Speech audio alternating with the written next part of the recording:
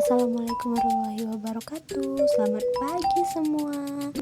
Perkenalkan, nama saya Faralen Selvi, NIM 18591039 dari PGB 5B.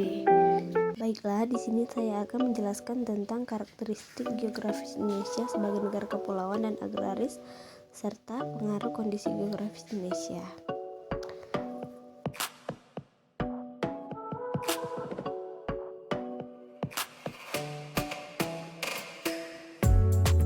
Selanjutnya, tujuan pembelajaran ini siswa dapat mengidentifikasi pengaruh kondisi geografis Indonesia terhadap perekonomian masyarakatnya.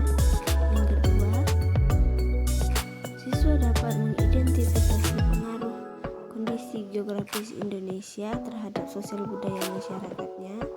Dan yang ketiga, siswa dapat mengidentifikasi pengaruh kondisi geografis Indonesia terhadap alat transportasi.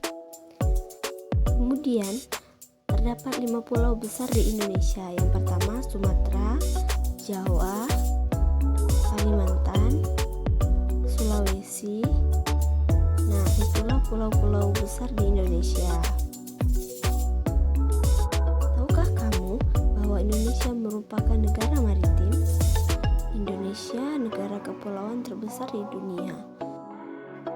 Terdapat sekitar 17.504 pulau di Indonesia. Laut menjadi penghubung dan pemersatu wilayah Indonesia. Maka hampir sepertiga dari luas wilayah Indonesia berupa laut. Indonesia pun dijuluki negara maritim. Luas perairan Indonesia adalah 6,32 juta kilometer persegi atau 62% dari seluruh luas wilayah Indonesia. Negara maritim adalah negara yang memiliki perairan luas. Kondisi Indonesia sebagai negara maritim mempengaruhi mata pencarian penduduknya. Nah, masyarakat yang tinggal di pesisir biasanya memiliki mata pencarian sebagai nelayan, petani garam, petani kelapa, pedagang, pemandu wisata. Kemudian, pengaruh kondisi geografis Indonesia terhadap sosial budaya masyarakatnya. Pertukaran budaya dapat menjadi saat melakukan transaksi jual beli atau saat perdagangan asing menetap di negara kita. Selanjutnya, terdapat dampak positif kondisi geografis Indonesia terhadap kondisi masyarakatnya. Yang pertama, memudahkan komunikasi dan interaksi antar masyarakat. Yang kedua, pengaruh budaya yang baik dari dalam atau luar daerah sehingga memperkaya keragaman budaya.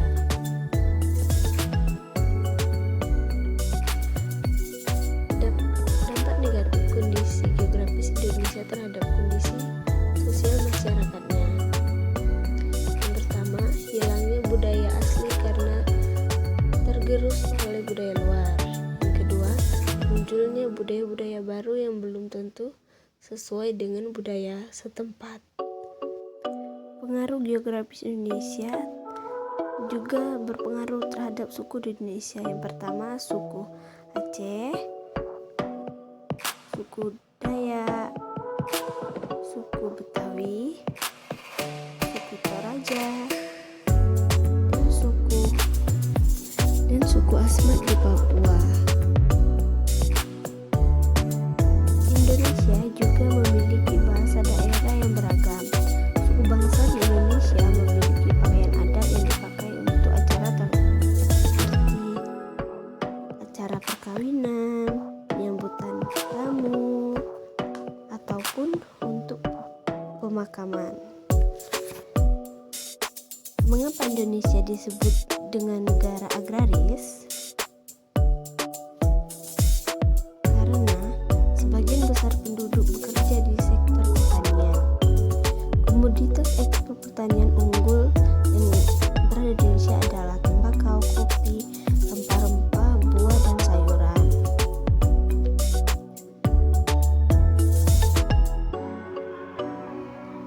Setelah itu, tanda Indonesia yang subur cocok untuk lahan pertanian sebanyak hasil pertanian dan perkebunan Indonesia. Selanjutnya, pengaruh kondisi geografis Indonesia terhadap perekonomian masyarakatnya.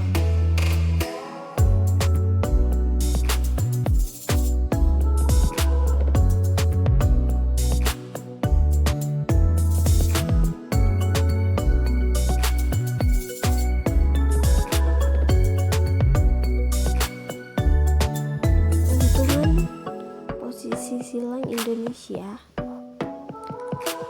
Yang pertama, sebagai lalu lintas perdagangan internasional yang ramai, baik lintas udara maupun laut. Yang kedua, pesatnya perkembangan informasi dan teknologi antar benua yang menunjang pembangunan nasional. Yang ketiga, naiknya pendapatan nasional melalui peningkatan ekspor karena lancarnya sarana dan prasarana transportasi dunia. Kerugian yang terdapat pada posisi silang Indonesia.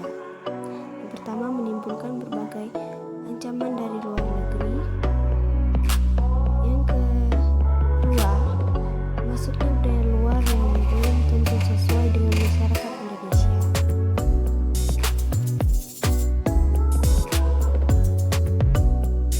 Yang ketiga, terjadi penyeludupan barang berbahaya. Pengaruh geografis Indonesia juga berpengaruh terhadap persebaran agama di Indonesia, yaitu terhadap 6 agama, yaitu Islam, Kristen, Katolik, Hindu, dan lainnya. Kemudian pengaruh kondisi geografis Indonesia terhadap alat transportasi.